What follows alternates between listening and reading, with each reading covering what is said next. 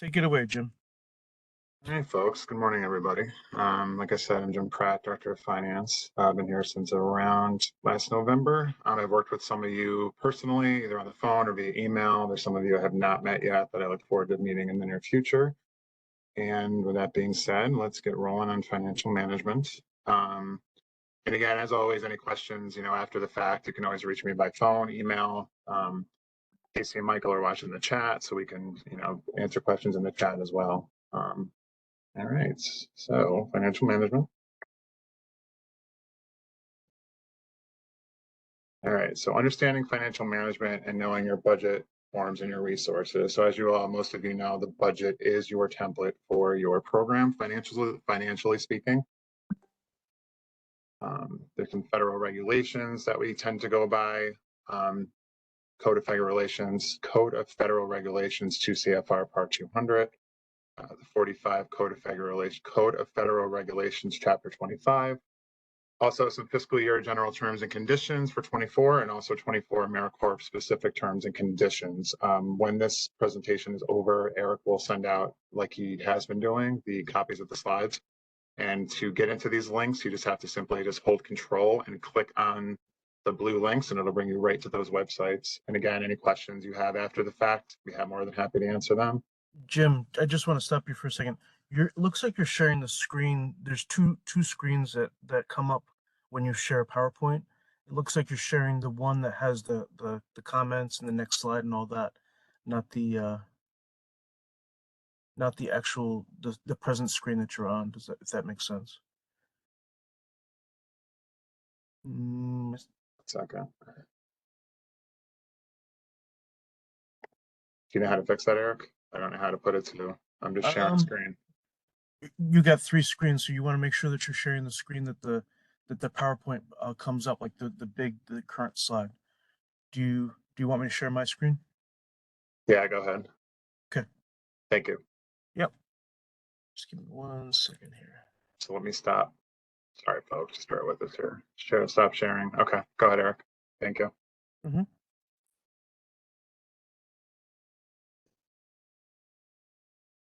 Just give me 1 second here to open it up. And you X'd out of it, right? Correct. Okay.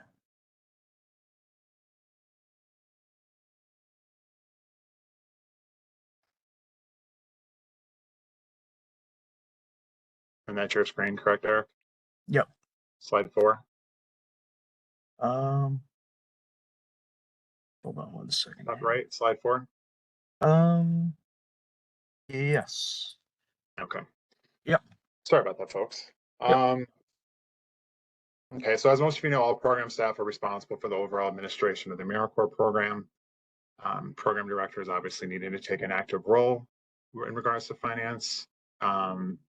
Also, program directors and financial managers should always be familiar with their grant agreement or their contract. And then the grant agreement also outlines the approved budget and the budget narrative, as well as key financial and programmatic reporting requirements, which again, as you know, the budget is the template for your program, which will base all your financial activity off of that. And also when it comes to claiming, which we will get to that. Can you, next slide, Eric, please?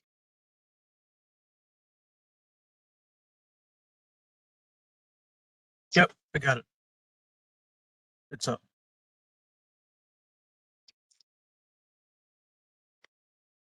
Can you see the next slide, Jim? Yep, I can see it now. Okay. All right, so each program needs to have policies and procedures that are AmeriCorps specific.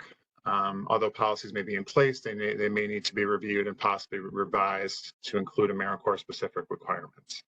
You should always have and follow general financial management systems that can record financial transactions and differentiate between AmeriCorps and non-AmeriCorps activity. Procedures for determining the reasonableness, allocatability, and allowability, which again is your 2 CFR 200. Internal controls are very important. Approval and documentation of expenses, separation of duties, for example, between your finance person and your program director.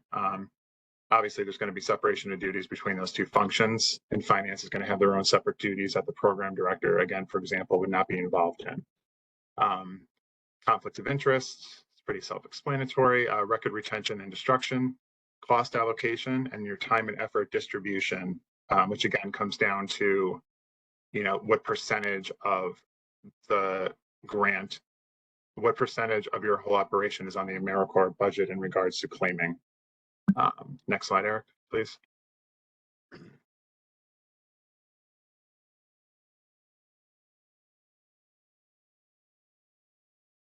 Slide is up, Jim. Okay. Understanding financial management. And again, we go back to the two Code of Federal Regulations, Part 200. Of course, must be reliable and accurate. Must be capable of, like I said prior, distinguishing grant versus non-grant related expenditures. Costs always have to be identified by program year and by budget category. There must be clear differentiation between direct program costs and indirect, which again is your admin cost. Accounting for each award and grant must be done separately. There can be no commingling. Maintain federal and non-federal matching funds separately from grant funds, which also will come down in regards to claiming. Recording in-kind contributions as both a revenue and an expense, which not many programs have that with our portfolio, but that can get a little tricky. I've helped a couple programs with that issue with the in-kind and how to report that. Again, only a few of you have that, so if anybody has any follow-up questions, more detailed questions, again, let me know after and I'll be happy to assist. Allowing management to easily obtain financial reports as both the summary and detailed levels, and then which also would funnel down to correlating to the financial reports that are submitted to me or the commission. Next slide, please, Eric. Okay. Next slide's up, Jim. Okay, there's a lag. Like I said prior, knowing your program budget, again, is the template. Your program budget equals the blueprint. It helps to meet your goals and objectives that are set up while you were doing the budget, also ensuring that your match requirement is met based on the year or how many years you've been with us. As many of you know, it depends on your match. Your match percentage is determined based on how many years you've been with us. Some qualities of an effective budget: you want it to be as realistic as possible. You want it to be consistent with your organizational objectives and goals. And it needs to be flexible. As we know, things come up. Budgeted doesn't always mean reality. So there are some ways around that. If you do have a budget issue, we can do a budget modification. But again, anything over a 10% change of the total contract will require a formal contract amendment. But again, anything under 10%, if you're just moving items around in the budget, is done through a budget modification, which is a pretty simple process we have at the commission. It's not really very convoluted or very cumbersome. Next slide, please, Eric. You got it. Thank you. Mm-hmm. Again, we're still going on program budget. And as I said before, it's obviously a team effort, not just your fiscal staff, but your board of directors, your executive director, your project program director, and your project program staff, and obviously your fiscal staff. Not every program has every one of these titles, but I mean, just for a general overview, just stressing the fact that it is a team effort. And just because the budget goes out, there still is some monitoring of that, throughout the program year. Regular monitoring of budgets to actual year-to-date and current period expenditures or outlays. Explaining any budget variations that are unexpected or unusual and determining necessary adjustments.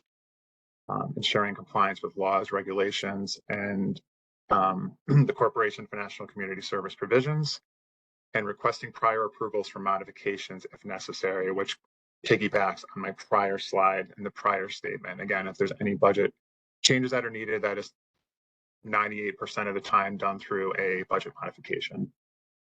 Next slide, Eric, please. You got it. Thanks.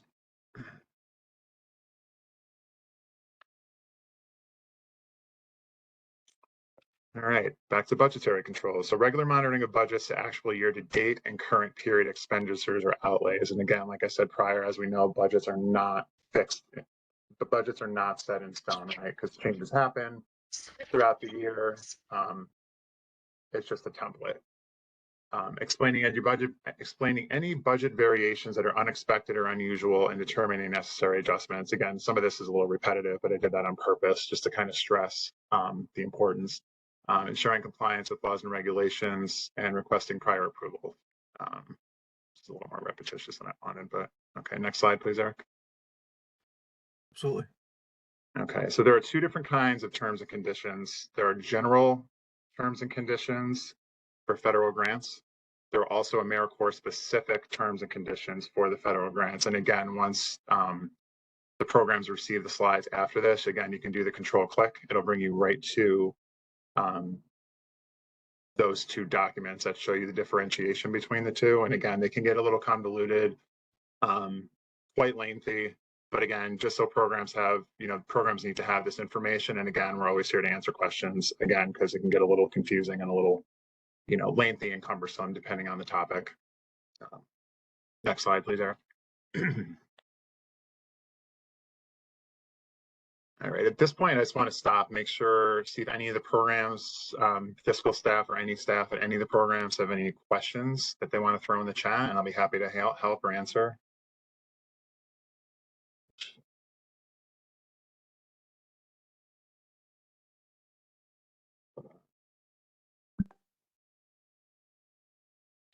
No?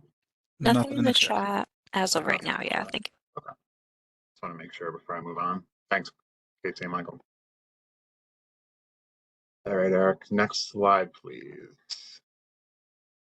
Hold on 1 second here.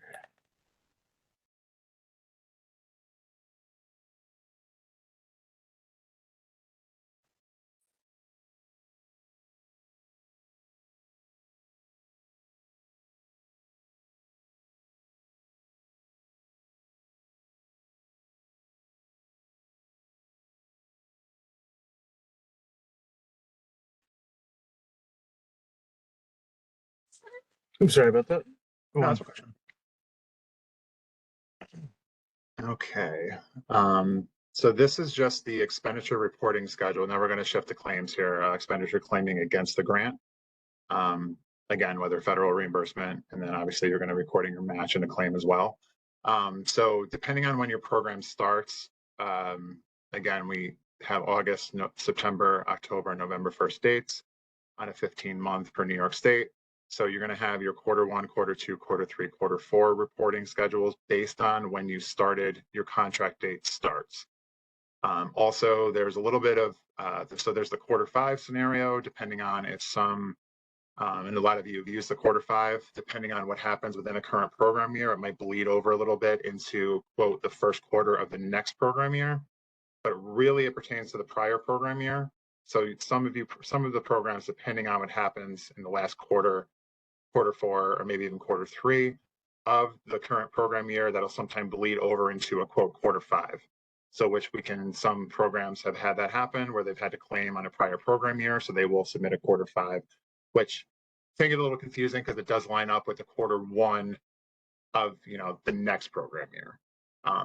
Again, I don't see that very often, but there are some programs that do have a Q5 depending on their operations for the last tail of that current program year.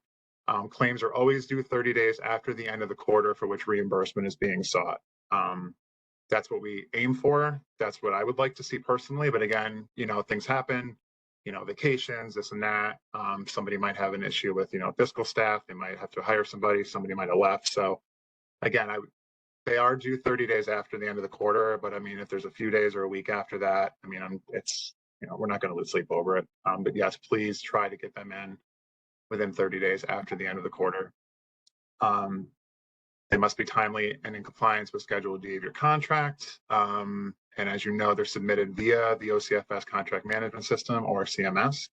It must include supporting documentation, which I'll get to that in future slides, but we want the documentation, again, I want to stress that it needs to be as clear and concise as possible. So basically, like, as clear and concise without any extraneous documentation that kind of would lead a roadmap as to where the figures on the cover sheet are coming from. Now, I realize depending on your reporting systems, I'd rather have too much information than not enough information, right? So, but if the programs could really just try to keep it as clear and concise as possible, that just helps out a lot on our end.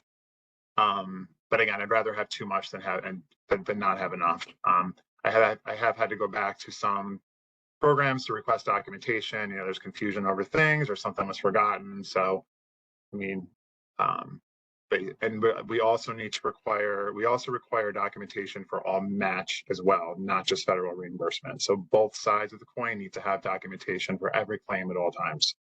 And then I also did, there's also a little control clink link for the program year 23 reporting schedule, just if some of you are still claiming, actually that is the current program year. So if you need a quick reference for that, I left that link in there for the current program year. But the grid you're seeing is for the following program year that is coming up, starting with our 8-1 programs, but again, 9-1, 10-1, 11-1, 24. Next slide, please, Eric. Here's a What are great the question. financial management forms and other resources that the commission has? Next slide, please. That is our website, as many of you know, but it's just up there for reference. Top quiz, which is, oh, wait a minute. We kind of just answered that question, didn't we? We did, but we're going to make sure everyone caught it. So we're going to do a quick poll question. Well, we kind of already did it, but we'll see who was paying attention, right? Yes, Which everybody exactly. is, of course. That's always what I want to know. Yeah, we can move on, Eric. I think they pretty much saw it anyway. Plus, most people can know anyway. This question is always a stumper. Oh, really? So, okay. Yes. So, everyone should see the poll question. Which is the commission website? Is it A, volunteernewyork.org? Is it B, newyorkersvolunteer.ny.gov? Is it C, newyorkcares.org /volunteering made easy? Or is it D, AmeriCorps.gov? Which is our website? Is it A, B, C, or D? So far, 15 of you have it correct.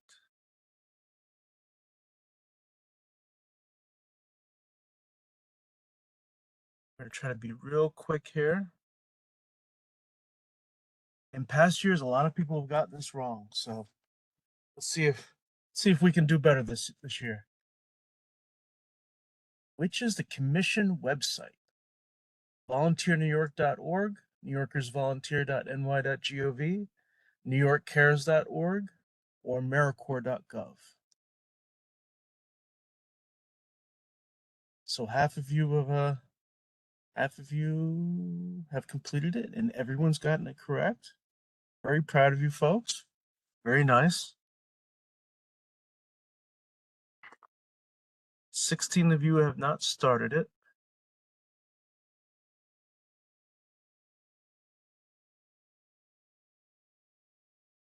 Oh, see, a couple of people have answered incorrectly.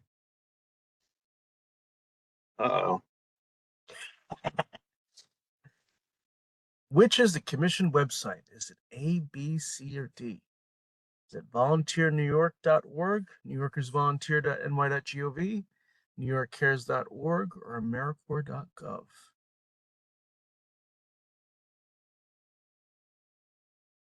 Looks like most of you have answered. There's one person still working on it. I'm going to let that person finish up.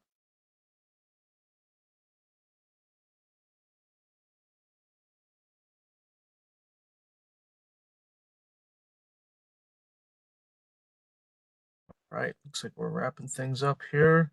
Looks like most of you have gotten it correct. In the interest of time, I'm going to go ahead and close the poll.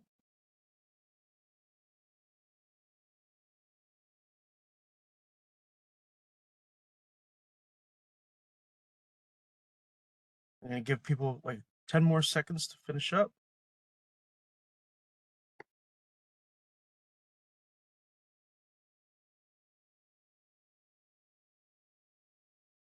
All right.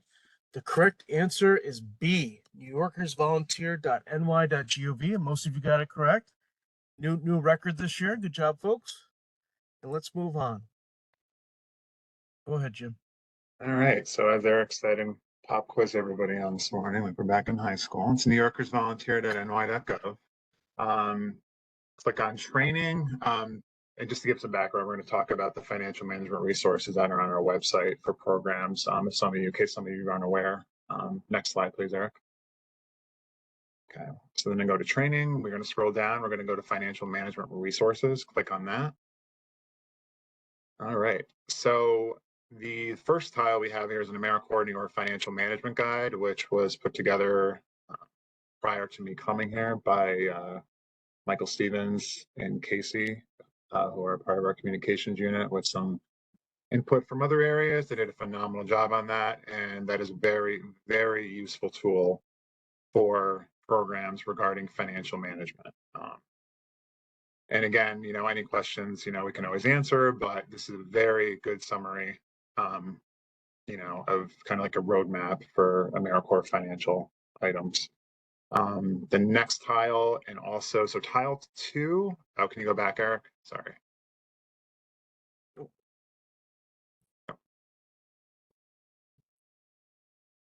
hold on a second.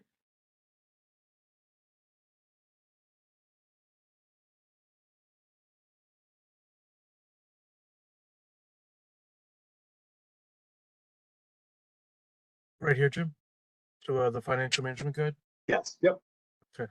All right. All right. Sorry about that, Eric. Can you scroll to 21? That was my fault.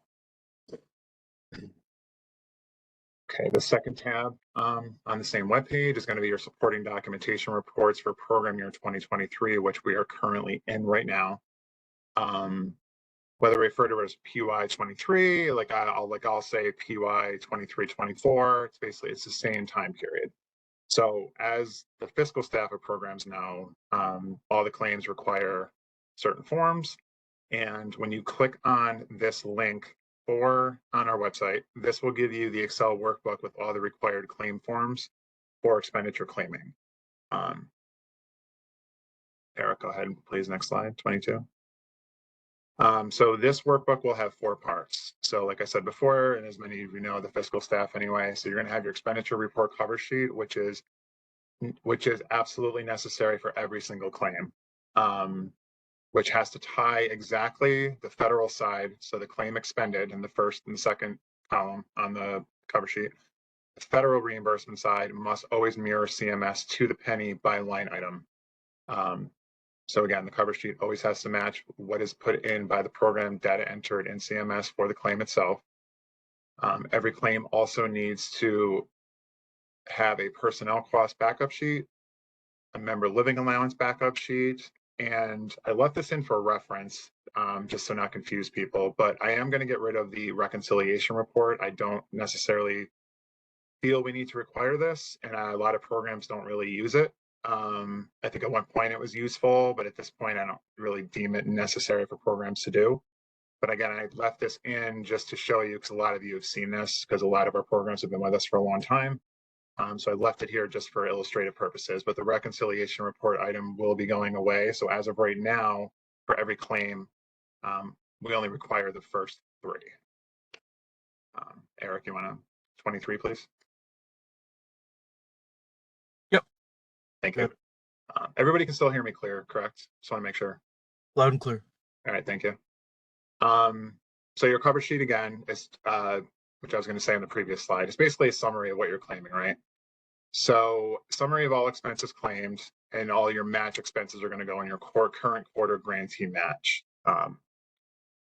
Cover sheet must be completed with all claims. Like I said, the data on the cover sheet must match CMS. And as we stated previously, ensure there's clear and concise backup documentation for the federal and the match parts of the claim. Next, please, Eric. You got it. Okay, so in regards to the cover sheet, all of the areas here need to be filled out correctly. So you want your program name, of course, your CMS contract number, which I didn't have that circled, sorry about that, but your CMS contract number, your C number that's given to you by New York State Child and Family Services needs to be on there as well. Whether you're using other federal funds as match, which there are some programs who do that. The period that the period of the quarter you are claiming. So for example, if you're a 9/1 program, you are claiming for quarter one, right? So your period is going to be 9/1 to 11/30, and which obviously to the right would correspond with the quarter number, which also needs to be there. Also pretty self-explanatory, but we also want the correct program year as well.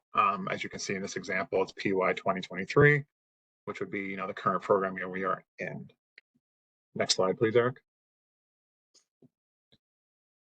Yep. Okay, as I stated previously, the cover sheet must be completed with this personnel cost backup sheet, which in working with programs in the time I've been here, depending on your program, this can get a little confusing. It can get a little, so I try to make it as clear and concise on my end as possible, but we need a separate sheet showing the personnel salaries with all the appropriate payroll documentation, in addition to the proper, federal and match splits based on your budget, which would be to the right side of the personnel sheet, which again, many of you are familiar with.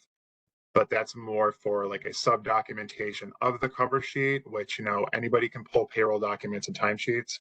But just like the claim cover sheet being a complete summary of the claim itself and on all lines and all budget areas, personnel sheet is a further breakdown to ensure that the correct payroll is being charged to the grant based on the personnel usage percentages. Like a lot of personnel are 100% usage. Some of them could be 20% usage, and their other 80% of their day is working on non-grant work. Obviously, the 20% would be claimed depending on your budget, and the other 80% is non-grant or non-AmeriCorps, so we wouldn't be claiming that. But again, this also needs to be with every single claim for documentation and also for any audit down the road that we might have. Next slide, please, Eric. Absolutely. Thank you. To kind of go along with the same mindset of the personnel sheet is the member activity report. So again, it's a sub breakdown, again, based on the cover sheet and what's in the backup payroll documents or timesheets. So instead of being on the personnel end, now we're on the AmeriCorps member living allowance end. So this also, in theory, kind of the same process. We're lining this up with what you're charging for member for member stipends on your cover sheet and for your claim. This breaks it down for me to show me how you got to the figure on your cover sheet and what you are claiming against the grant. So again, just like the personnel sheet, this is a breakdown of members to kind of further proof, and for documentation. Hey, Jim. Yeah. I know we have a bullet point, but I think we need to highlight this point. Would programs include their staff on this sheet? No. So the personnel sheet is for personnel, which would be the program staff. Member activity is only for the AmeriCorps members that are in the program. So we have to always distinguish between, good question, Eric. We always have to distinguish between personnel and member because they're two completely different categories. So like I said, the personnel sheet will give me a further breakdown of what you're charging and why you're charging for a claim against the grant. The member activity does the same thing, just looks a little different, the form, but it's basically doing the same thing. You're telling me who your members are, their slot types, what the stipend was, what slot type is, and all the pertinent AmeriCorps member information that will also help with claim review as well. Just some other sub notes here. Much match information in the AmeriCorps portal. Cover sheet obviously would go with this. This sheet is based off of rows 24 to 31 on the claim cover sheet, which is your member living allowance area. And as previously stated, members should only include AmeriCorps members, not staff or personnel. And again, include only those documents needed to support claim. Next, please, Eric. Absolutely. Okay, so again, I left this in for illustrative purposes, but we are going to do away with this.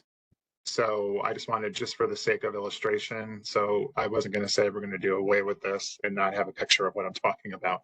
So this item will be going away, but again, it's just for illustrative purposes. So in theory, the workbook will have just the 3 tabs: the cover sheet, the personnel, and the member activity sheet. Next slide, Eric, please.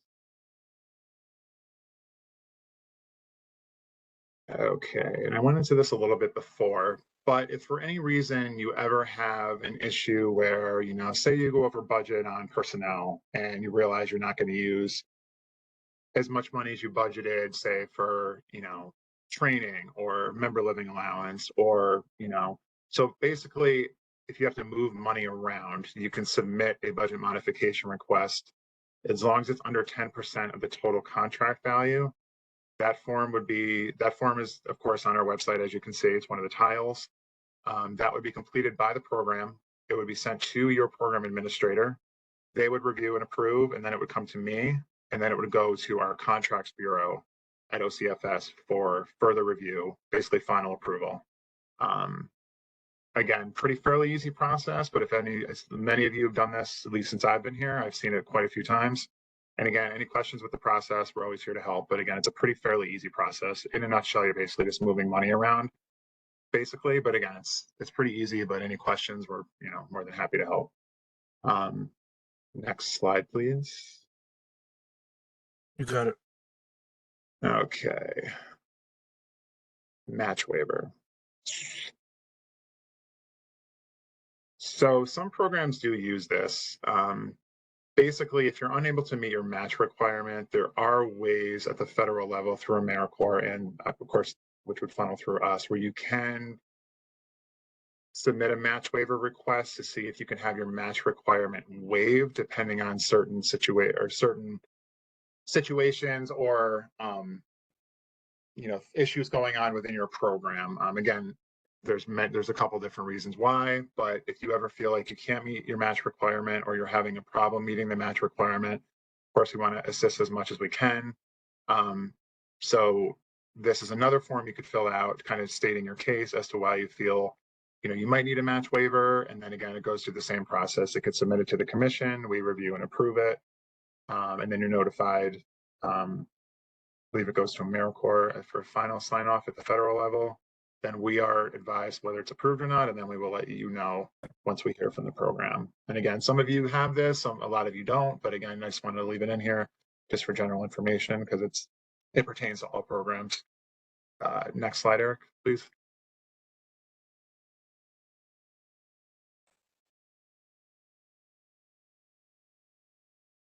Okay, also, just a quick note, also as timesheets are required for all personnel and members.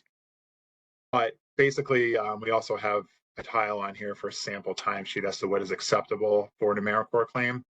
The one thing that's probably the most important thing on my end, at least, as far as review and approval and audit and this and that, like I said before, you have to distinguish between, it's imperative that you distinguish between AmeriCorps work and non-AmeriCorps work. So again, which will go to your usage percentages that are in your budget. I have a little bit of leeway when it comes to usage percentages. It doesn't have to be, to the exact percent on your budget.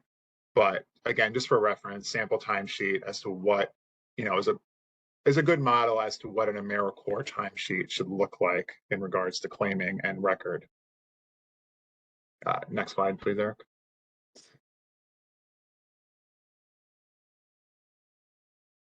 There you go.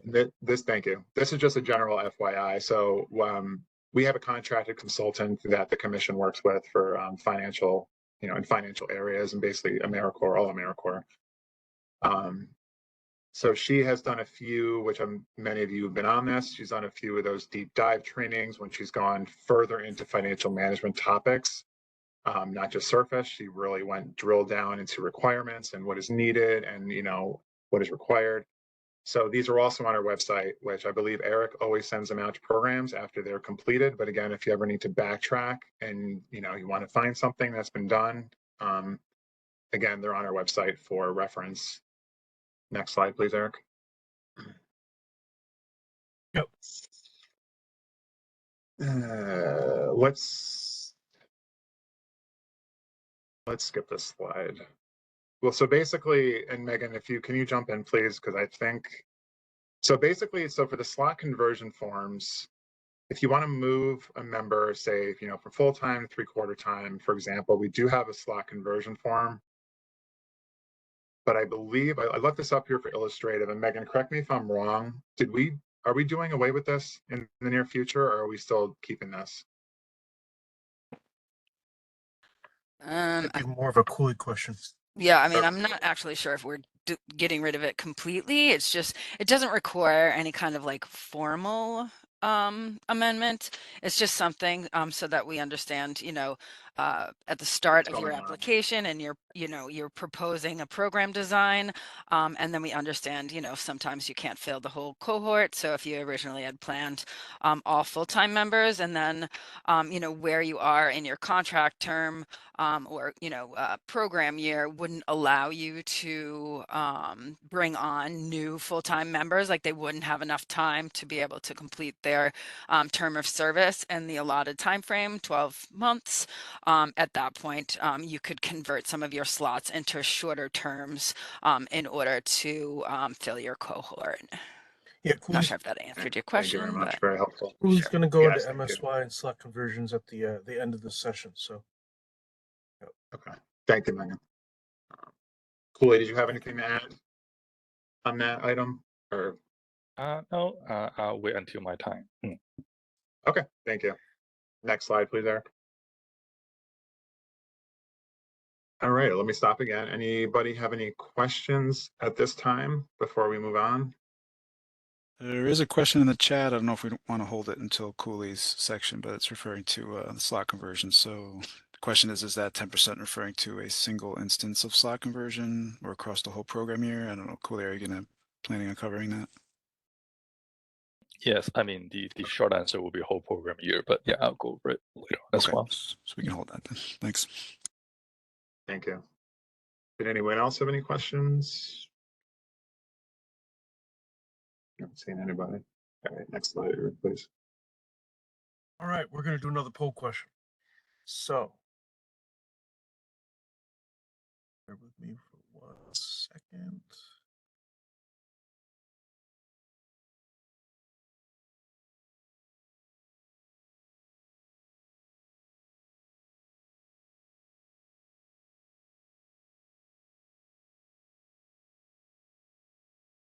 Okay. So poll question is what form is required with every quarterly expenditure report? Is it A, the expenditure claim cover sheet? Is it B, the spending adjustment claim form, or C, Schedule Z? What form is required with every quarterly expenditure report?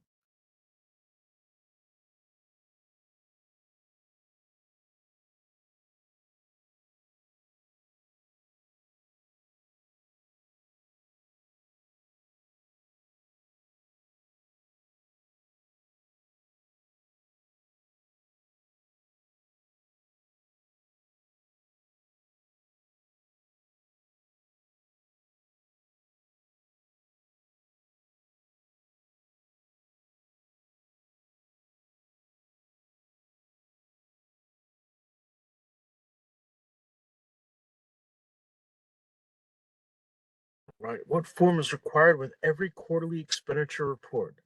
Is it expenditure? Is it the expenditure claim cover sheet, the spending adjustment claim form, or Schedule Z?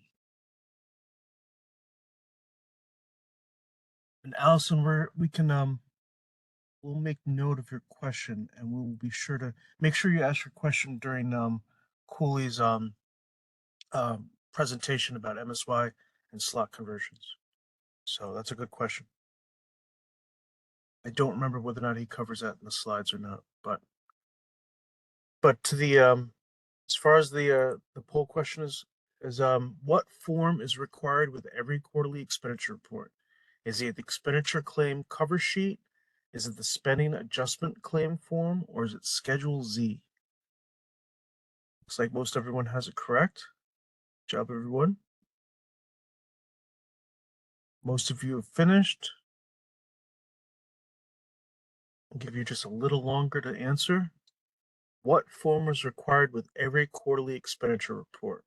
The expenditure claim cover sheet, spending adjustment claim form, or Schedule Z?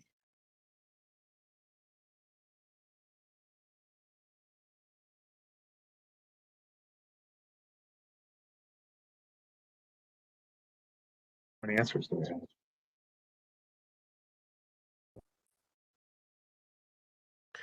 And if anyone's forgotten, please be sure to put your name, your program name, your email, and your title in the chat, please. All right, looks like most everyone has answered. I'm going to close the poll very shortly.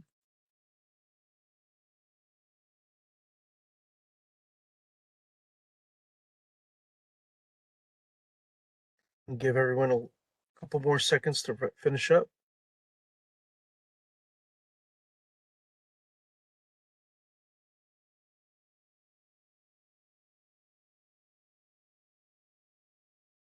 And the correct answer is A, expenditure claim cover sheet. That is the form that is required with every quarterly expenditure report. So good job to most everyone.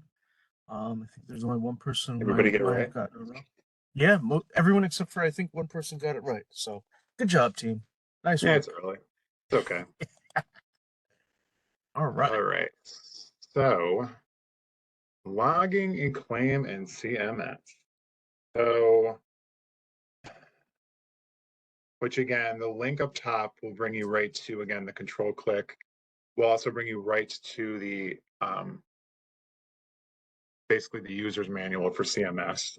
Quite a lengthy document, but the majority of it would not pertain to a program necessarily, but it is very helpful with instructions on how to log claims or anything that you can do within CMS. And again, just as a reminder, you know, contracts funds are issued against approved contracts. For claiming, invoices may be submitted online in order to submit an electronic expenditure or claim report. Naturally, you have to enter it into the system or logging a claim. Anybody can log a claim outside of someone who only has read-only privileges. Next slide, please, Eric. And just to clarify, we are going to touch on CMS in this presentation, but Megan will be going into it a lot more heavily in her slideshow. So yeah, and I don't want to step on Megan's toes either. So I mean, we can kind of go over this just kind of quick. I don't want to, you know. All right. So, and again, Megan will probably go over this stuff, and as many of you know, but a con user person, you know, can do the data, can add entry, do the uploads. A con sig role is, you know, a sign off on contracts execution or a budget modification, for example. And a claim sig is someone who is basically the last, and again, Megan, correct me if I'm wrong. And a claim sig is someone who will go in as the final kind of sign off on a claim at the program level. You know, say, for example, like your accountant will put in a claim, you know, maybe the program director will approve it. So it's basically, you know, the approval level at the program before it comes to the commission. Claims, blah, blah, blah. Yes.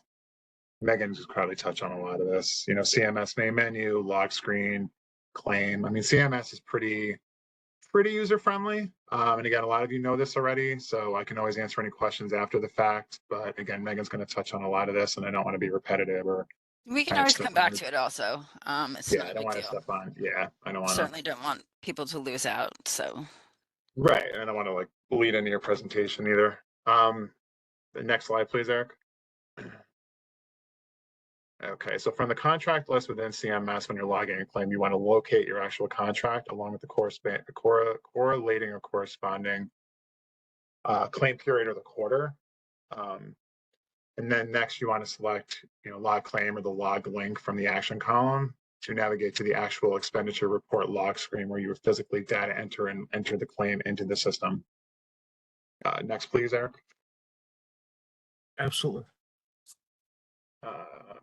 So at the expenditure report log page, you want to complete the necessary details, excuse me, as required by the claim type. You want to save the claim information to initiate the process, and then you'll get a message saying, you know, claim successfully logged. Look here in the upper right corner, and then the next button will then be enabled in the bottom right for selection. And then if you want to hit next to continue processing the claim. Next, please, Eric. Yep. All right, so then once a claim is logged, it becomes a task in the CMS inbox. Since the tasks are dictated by the person's CMS role, we want to make a note that the claim task can only be processed by users who are logged in with the role assigned to a particular review stage. For auditing and review assurances, most expenditure schedules contained a con user and a claim SIG stage. But before getting started, and again, if you have any questions, check with any of the commission staff to inquire in order to designate default reviewers for the claiming task schedules. Next, please, Eric. You got it. All right, and we're wrapping up here, the last of 2 slides. So again, there's some resources here in regards to, again, the 2 CFR Part 200. Again, control click will bring you right to that link. And again, as the first couple slides, the 45 CFR Chapter 25 for the Corporation for National Community Service. And again, your budget's your template always for fiscal and organizational fiscal policies. Next slide, please, Eric. I believe that's the last slide. Yep. Again, for more information, you can always contact your program administrator. You can contact me directly, phone, email. Most of you have my contact information. I did, I believe about a month ago, reached out to every program, and I do have a full, complete, updated fiscal contact list for every program. So on my end, I should be all set. But again, most of you have my contact information and your program administrator's contact information. You can always reach out. Any questions, comments, concerns. And to wrap it up, does anybody have any questions before we wrap up the financial management session? Just want to make sure we get everybody.